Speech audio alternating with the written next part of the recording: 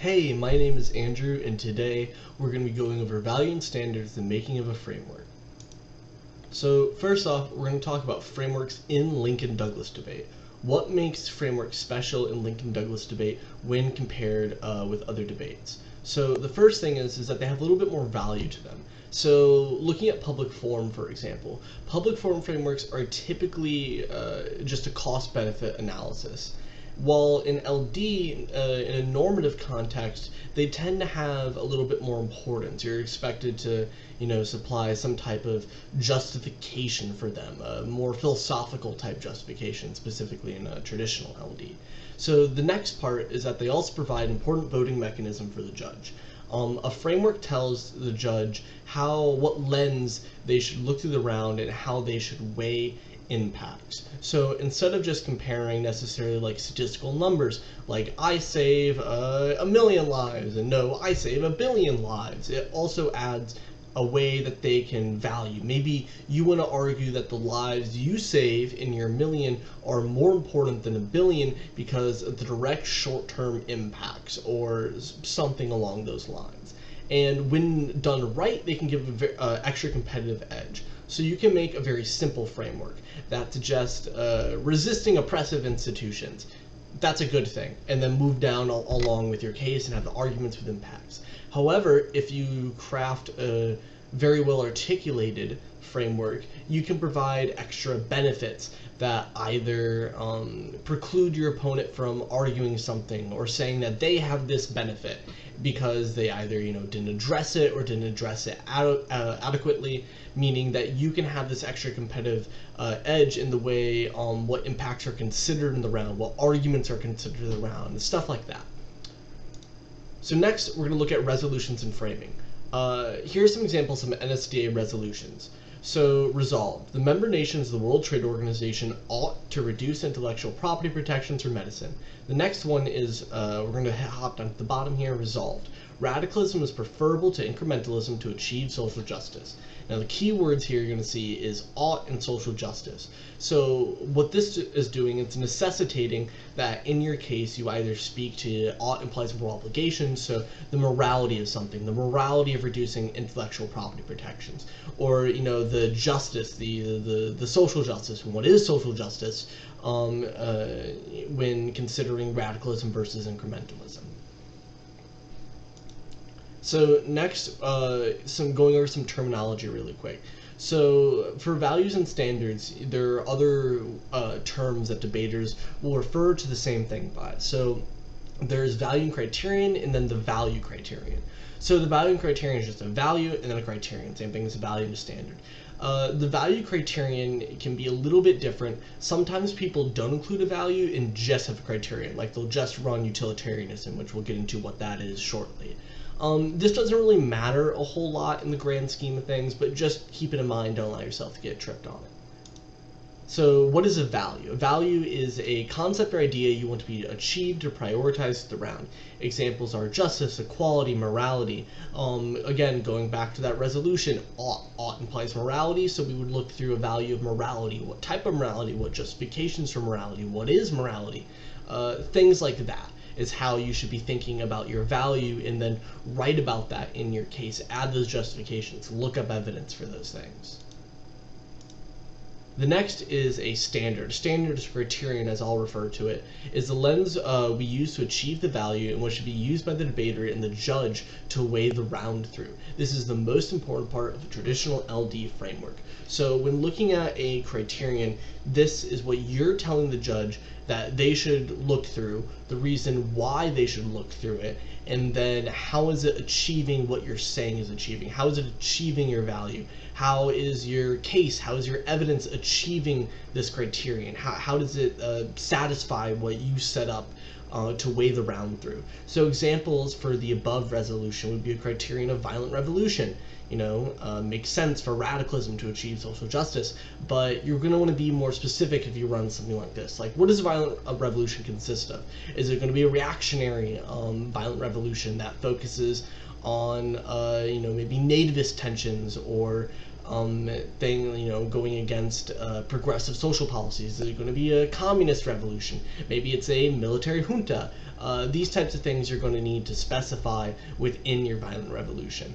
Then next is the categorical imperative and utilitarianism. So we're going to go and make sure to take notes on this part. We're going to go into the the philosophy behind these concepts, because these are going to be two very common criterion you're going to see throughout your rounds. So the categorical imperative was made by Immanuel Kant and essentially argues that morality is not derived from God. It's not derived from, you're not imbued with morals. Rather, we find objective morality through our reasoning and our rationality skills. So there's a few rules Kant set up to govern the categorical imperative, but probably the two most important you need to be aware of is first the universal principle. So basically Kant puts forth that maxims or rules or laws need to be universal in all cases. There are no exceptions.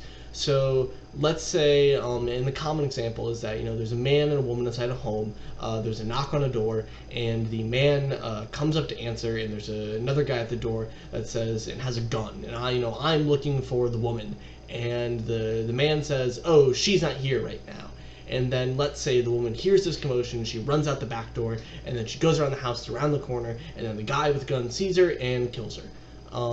So under the logic that Kant would bring forth, he would say that you are responsible for this woman's death, because if you didn't lie, then her death would not occur. And even if it did, let's say the man with the gun comes in the house to kill the woman, that wouldn't be your fault. You could have, responded with just, I refuse to answer the question, or tried to reason with the person, something along those lines, to defend yourself rather than lying. But there is no exception. Let's say even, nothing bad happened from you lying, that the person was able to escape. The fact that you lied opens up the possibility for more people to be hurt. You're violating the universal maxim. Then the next part is treating people as an ends within themselves and not a mere means. So Kant would define a mere means as an object that, we use to achieve something. It's a thing. A human is not a thing. It's not an object. So, for example, these headphones, they're a mere means for me to hear audio or to speak to someone online. Whereas, a human is not a mere means. They are a person with autonomy. They're a person with morals. They're a person with objectives and aspirations. Now, a person can be used as a means. I can use someone at Starbucks to, get my coffee for me, but they're allowing this to occur. There's no manipulation or bad intent or no exploitation occurring, because they are agreeing to this transaction of their labor. This is what Kant would put forth, but he would say that manipulating people as a means to an end would be not well. And we'll see more of what that would look like. So for a round, if you used as a value, want to use the value criterion as a categorical imperative, you would say, for my value, I value autonomy, then my criterion is a categorical imperative. The opposite of this is utilitarianism. So utilitarianism was founded, I believe, by John Stuart Mill, and basically argues that we should maximize pleasure, minimize pain. And we'll go into more of how that would apply in a round in the next slide. So justifications for your framework. So justifications for your framework is something that you would use in a round to say, this is why you should prefer my framework. Not just like, hey, here's what my framework is, sounds like a good idea, doesn't it? It's more about, here are reasons why my framework is true, or why my framework has these extra benefits. So for utilitarianism, you would say, oh, we maximize pleasure, minimize pain is the through line of my of my framework. But also it can be proven by human behavior. If I put my hand on the stove, I take it away because I want to minimize pain, maximize pleasure. Or we can say utilitarianism is what governs institutions, for example. Lawmakers don't make laws for only specific people, but they make laws for the vast swaths of their constituents. So they're thinking, how do I maximize the benefits of this law and minimize the pains or the negatives about it when considering wide groups of people. So a person who was a utilitarian, who's running utilitarianism, would argue that like democratic governments operate in this way. So next, we're going to look at frameworks in action. So looking at the above resolution, which is the radicalism is preferable to incrementalism to achieve social justice, our contention A is that violent revolution creates long-term change. Our subpoint A is that countries that have new regimes through revolution have more staying power. And then we have evidence 1, evidence 2, evidence 3 that lists some benefits or impacts. So we would say this links back to util because these evidences show an increased benefits for the majority of people, thus maximizing our criterion of utilitarianism. So by doing this, we're connecting it back to our framework, showing how our case is achieving this. By doing this in your case before you go to your rebuttal, this will save you time in round and not let your opponent to say like, they don't connect it back to their framework. This is by doing this in your case, it makes it a lot easier for your judge to understand. So next is comparing, let's say, a hypothetical case with 2 different hypothetical frameworks. So you can see the resolution we're using, and for this resolution, if I was on the affirmative, I would say I value social equality, and my criterion is utilitarianism. And here's the justifications that I have for it. So to say if I wanted to maximize health benefits, or like institutions that don't share medicine equally, I want to say I want to lead to that equality to save more lives by sharing medicines, and those are the justifications that I mentioned before that I would give them. Then for the categorical imperative, I would argue something like my value be autonomy, then my criterion, and I would talk about the universal maxims, ends within themselves, and then autonomy. And within like a case structure, within arguments, I would say we should reduce intellectual property to spread more medicines. And as on the negative, I would say, well, by allowing countries to make more medicines and not have these patents, more counterfeit medicines will go up. Meaning that you're essentially you'd end up manipulating people just to reach wider markets, and then they wouldn't have the autonomy to choose good medicines for them because they'd be manipulated. Their autonomy, their bodily autonomy would be violated because you're allowing counterfeit medicines going to market. Stuff like that. That's how you would apply, competing frameworks and how you would argue between them.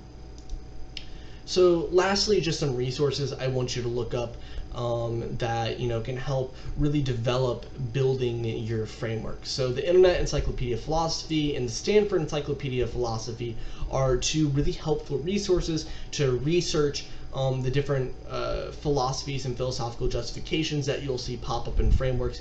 And it's always good, as LD is a philosophical centered debate, just to educate yourself. Then next, here's some things that are going to be common in frameworks that you're going to want to look up. So as I mentioned before, utilitarianism by John Stuart Mill, categorical imperative by Immanuel Kant, the veiled ignorance by John Rawls, and then social contract theory, whose main authors are John Locke, Thomas Hobbes, and Jacques Rousseau. So those are the people I would look for and the resources I would go to kind of help develop your knowledge along your debating career. And yeah, good luck with your rounds.